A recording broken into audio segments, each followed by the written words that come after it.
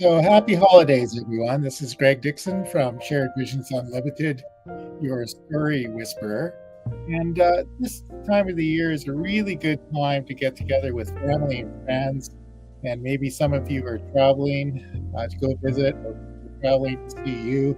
And even if you live in the same city, you stop, use the holiday season as an excuse to get together. And what I'm encouraging you to do this year is to capture the stories of your loved ones, your family members, and your friends while you still can. So many of the people that you're going to get together with this holiday season are not going to be able to tell stories next year. So they maybe fall ill and not lose their ability to share their stories, or they may even pass away. So the holiday season's a good time to actually try to capture that. And I'm not suggesting that you make this a big project. It's just something that you can do with nothing more than your cell phone. Your cell phone can capture photos, capture video, capture audio recordings. So if you're visiting, let's say you're visiting your grandparents' house, and maybe you can take photos of what they've got on their wall. Most people have things on their walls that are significant to them, family photos, maybe photos when they were younger, things they really appreciate that can tell you a lot about them. Maybe take photos in their albums. Just some things that strike you as being important about them, and you can get them to tell stories. Maybe they will, maybe they won't. You can use a video to capture family gatherings, just something you can share later.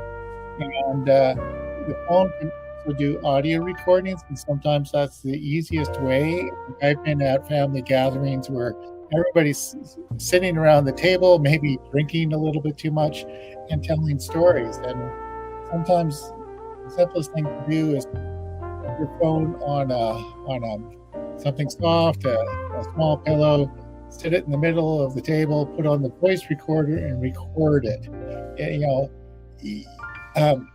You don't have to use it, but if later you may never get another chance. Your Uncle Bob's telling a story, something like that, and that's maybe the last chance. So you don't have to use it. What I do is, the important thing is to collect it. I have an article where it goes through the kinds of questions you might ask, how to store it. I use Google Drive. There are other ways of doing it. And the important thing is to capture it. If you've got it on your phone, we can figure out how to do something with it later, make it into a book, make it into a video, make it into an audio recording, website, whatever it is. But the important thing is to capture it now. And I have a little story. 40 years ago, I think it's probably about 40 years ago, I went to help my Uncle Joe Christensen with his farm work in Alberta, and he was the black sheep of the family. I'm probably the only one of my cousins who ever stayed with him. Other people stayed with his brother Harry or our grandparents when they were still alive, but people just didn't resonate with Joe. But the thing is that Joe liked to talk a lot, and he liked to tell stories about when he was in the war, when he was in the service. Many people who were in World War II don't like to talk about experiences. Most of them now, but even when they were alive, many wouldn't talk about their experiences, and my Uncle Joe did. And I realized that sometimes when I wake up, I'd passed out on face down on the table. He was still talking, so his audience didn't really need to be conscious. And maybe I was too young to appreciate what he was saying. But years later, it was on my list of things to do, is to go out and maybe spend some time with him, get him to tell his stories. I'd shoot video of it, record it, maybe help put it together in a book. And I didn't do that. I did have an opportunity. I had a video camera, and I got him to talk on camera. But a video camera is a funny thing. He got kind of a little bit nervous about it, and he did his entire life. You know, his birth, his growing up, getting married, having kids, being in the army, liberating Holland, all in about 5 minutes. I've got the video, and it's concise, a little shorter than it probably could have been, and that was the last chance I had. He lived well into his 90s, but he lost his ability to sort of share his stories, and now his daughters have sent me some photos and some notes, but it's really not the same. So I wish I had captured more of it while he was still alive. And my encouragement is for you, if you've got family members that you suspect have stories, they probably have stories you don't know about. It just has never come up. And if you have an opportunity, this time, if you can get people to tell a little bit about their own story and do a little bit of detective work, maybe take some photos, take things, capture those things. We can figure out something to do with it later. Just my encouragement is to go and capture those things while you still can. So anyway, I've got just going to put a little banner here on the screen. So let's see here. I've got an article that I wrote, short article that's at sharedvisions.com/family stories. I'm going to, let's see, just show you a little bit.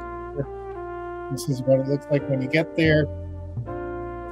And basically what I just told you here, to take lots of photos, social video, record audio with some tips. And this is the thing you can do remote recording with Zoom or StreamYard. But we can help you with that too. Some questions to consider, some suggestions about where to support, maybe how to organize it. And then we can do something new. This is over the years I've helped people with books, video, audio, websites, all sorts of things. But again, the encouragement right now is really put it in your mind when you're visiting with your relatives over this lake season. See if you can capture some of the things with photos, video, and audio, and then we can figure out what to do with it later. I've often had the honor of doing many memorial presentations, which is, could be as simple as a slideshow or a video, people's memorial service. And so I've put a bit of experience with organizing and collecting these things and presenting. I don't know. I never really went out to do this on purpose, but it just seems to be something that comes to me. And so you can do your part. Enjoy your family as much. Appreciate them. If nothing else, just to appreciate them. And keep in mind, if you can capture a little bit of the things, photos, maybe a little video, maybe some audio, while you are, and while you still can. So that's my encouragement.